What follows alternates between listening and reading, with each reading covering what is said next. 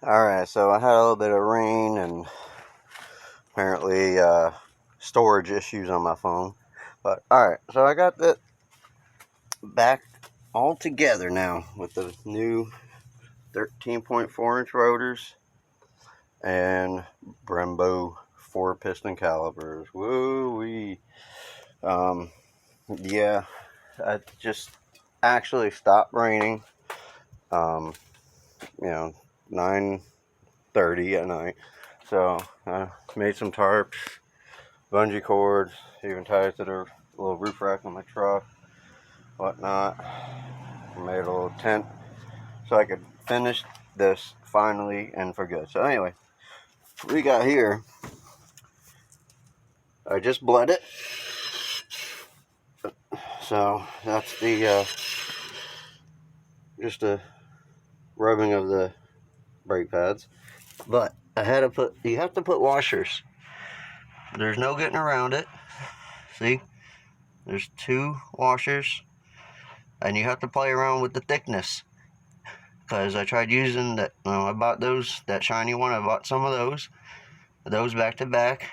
There was not enough room on this side, and you can see how it barely just makes it without touching that rotor. I mean, that's like 1.5 millimeters or something, cunt hair, whatever. It's still good to go, and you can see. Same thing on the backside. Actually, I think the backside has a little less clearance, but it's enough. But make sure, obviously, with the top and bottom bolts and washers, that you have the same thickness, top and bottom, so that there's no run out. Okay. So yeah, I got these calipers on eBay for $168 shipped. The rotor is the rotor and the caliper combo is the most important part. Some people apparently use the J55s, and I don't know. I got them too, and that's for a smaller rotor, but it's also not small enough where the stock Fortune rotor fits, because there's too much distance between the edge of the rotor and the top of the brake pad with the caliper mounted. So that's obviously a no-go. You don't want that. You want the brake pads sitting flush with the rotor. So they pretty much are right on the money. I like it. And so for those wanting to do this, I hunted down rotors, and I ended up buying C606 rotors because I read up on some dude used it on LS1 Tech. Well, fuck me, because that didn't work. Those are way too big of a rotor. Those must be literally for the Camaro SS or the 6-piston calipers, of course, or the early CTSV. Now this is the part number that you want to use with the rotors that I got. See that right there? Okay. Of course, I got them really cheap. Pretty much the cost of one. I got 2. It's like a BOGO.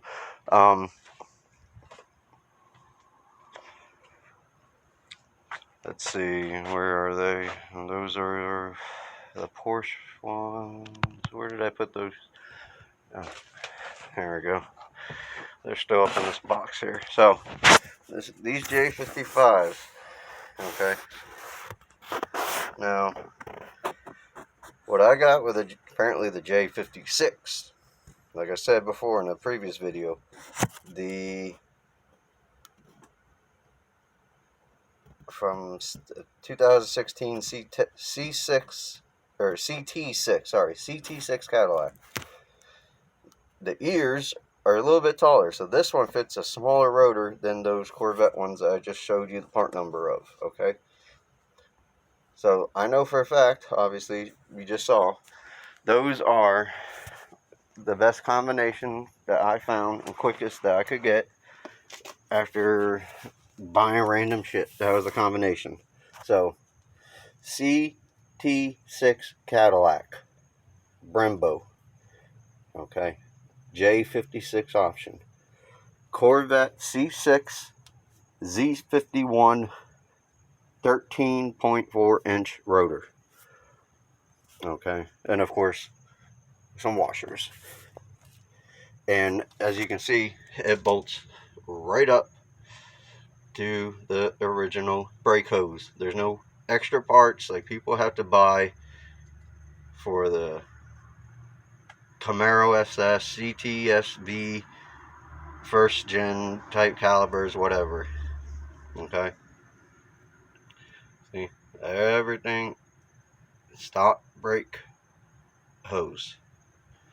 Of course, new brass washers that you want to always put in new ones. I mean, you could always take the old ones out on a flat surface, smack it with the hammer, kind of flatten out those grooves so you can, when you torque down again, re-groove it. Might get away. I've been able to do that from time to time in an emergency, and just, you know, kind of torque a little bit more, but don't over torque that bolt, because if you break that bleeder bolt, you're gonna end up, or not bleeder bolt, I'm sorry, just, but that's the bleeder bolt. You see it? It's underneath that little cap. Bleeder bolt. But you over torque that bolt, you're gonna break it just like any other bolt, because it's hollow, especially because it's hollow. So now I'm gonna put my spacers on, torque the spacers, and torque the wheels. Technically it's supposed to be 100 foot-pounds. I actually do 90 foot-pounds. Never had a problem. So yeah, I know it's just 10 extra pounds, blah blah blah, but my old shop, we used to just have a standard of 85 foot-pounds. Doesn't matter if it was a Toyota or Nissan that required, their book ones are ridiculous. So one's what, 83, another one's 82, and the other one's like, what, 73 foot-pounds. I just don't think that's enough. I don't care how small the car is. 85, I believe that's a great number for a standard, but I figure for me an extra 10 is fine. But I know it's 140 on the GMT 800s. Yeah, it's a Tahoe. But so yeah, that's the video. Those are the parts you want, and that's how it's done. Remember, you got to drill out those holes for the caliper. Video cut out just before, and then it started raining. But 9/16 drill bit, that's your final one. Before that, you're going to use a 1/2 inch. Okay, so 1/2 inch, then 9/16. Some people get stupid crazy trying to make up little platforms or something with levels, and make sure you drill the hole straight. Honestly, as long as it's eyeball straight to drill through the holes on the spindle to open them up, just eyeball it. The drill bit's going to do the rest. When you're opening up an existing hole, it's not going to be treacherous if that hole is just ends up just a smidge wobbly when you, oh, that's cigarette smoke, sorry. It's not, if the hole ends up being a little oblong or whatever, and the bolt has a tiny wiggle, as long as it's not a horrible wiggle where the bolt can go 3 degrees back and forth, as long as it fits through and it's good and tight, you're gonna have no problems. So if you're good at eyeballing, which if you've been doing this shit for years, you should be, just eyeball the drill, go straight through those ears on the spindle. 9/16 is your final pass, 1/2 inch to open up that M12 bolt hole. Okay, Oh yeah, there you go. There's some beauty thing. There you go. Some strong control arms.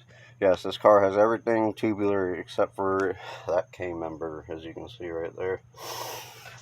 Uh, it's a street car. I don't care if there's a little bit extra front end weight.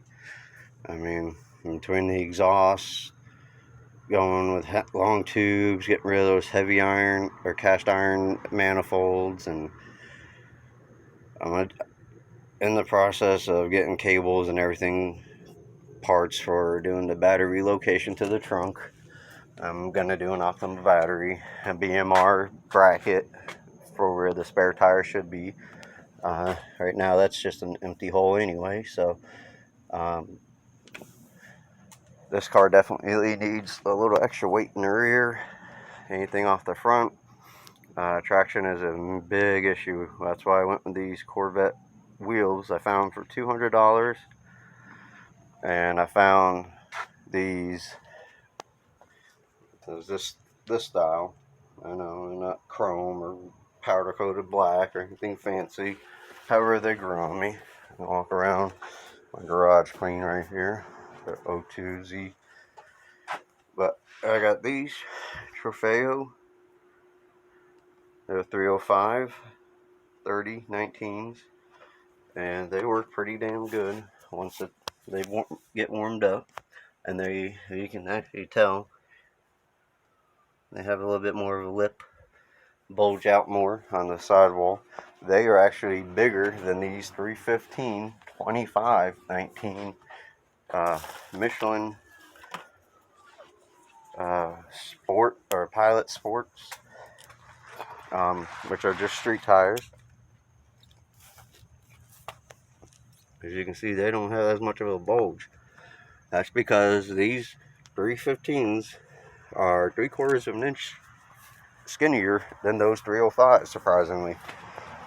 But anyway, yeah, this car definitely needs it. It does have quite a bit work done to it. It's got the Z06 top end, some other goodies. It's tuned amazingly.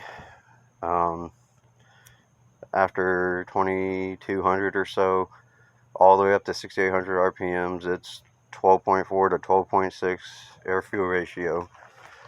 And I got Osborne differential with 410 gears in the rear. The tubular tunnel mount torque arm, everything else tubular in the back. You know, even that new upper panhard bar, adjustable panhard bar, which you definitely will need if you put Corvette wheels on the back with wide tires. You're going to have to definitely make sure that thing gets recentered so that you're not rubbing. I did still have to bang out the inner wells in the rear, just a smidge, not a whole lot. Didn't have to go crazy. You know, a minute worth of banging on each side about. And 1.25 inch spacer to fit them in the rear. And I got a good inch between the wheel wells on both sides, which is perfect. So now you can see those big brakes are now finally installed on this Trans Am, which used to weigh 32 and change, and after all the other stuff, it's probably down in the low 3100s. So I'd like to get her weight actually, but I know she's quick enough just for the street, not making 500 horsepower to the wheels or anything crazy. You know, 400, 390, you know, with the LS6 top end, fast intake. You know, it's got 3 different ram airs underneath the nose and underneath the snorkel. So, but that's, any other questions? If you have problems, please leave me. Any kind of issues or problems you're having with installing these Brembos, if you get the exact combination that I just installed on my car, and yes, the part number for both sides of for the rotors, there's not a left and a right. Okay, it's, and the same thing with the Z06 rotors, the C606 rotors. there's just one part number for left and right. There's no left side and there's no right side part number. Okay? And that was my Bluetooth speaker. Listen to music just before. So, yeah, I use my wheel to further tint. But, again, I think they look so much bigger and better now. They fill in the wheel better. Unfortunately, the rears, being 19s, look even way smaller. But you cannot do the rears with Brembos. You have to have a floating caliper, which is, you know, one with a caliper bracket and slides, versus a fixed caliper, which is a Brembo or Wildwood or any of those. Because if you have a solid axle, you have to do a C-clip eliminator. Honestly, these brakes in the rear have been proven just fine for these cars on the street, even for the track. They're not heavy, and they still grip plenty good. But for the front, you always want bigger brakes in the front, especially when you have the option. So with these calipers and those rotors, you know, I paid 80 bucks for the rotors and 168 shipped for the Brembos on eBay. So $248 for installing Brembos. Oh, and I got some $2 worth of washers. So yeah, well under $300 for a Brembo option upgrade that you can buy on a new car. That will be an additional couple $1,000. But to put on a older vehicle like a 4th gen with an LS motor in it, and when you get up in the high speeds and need a stop, you're gonna want these. So $300 in parts, not bad.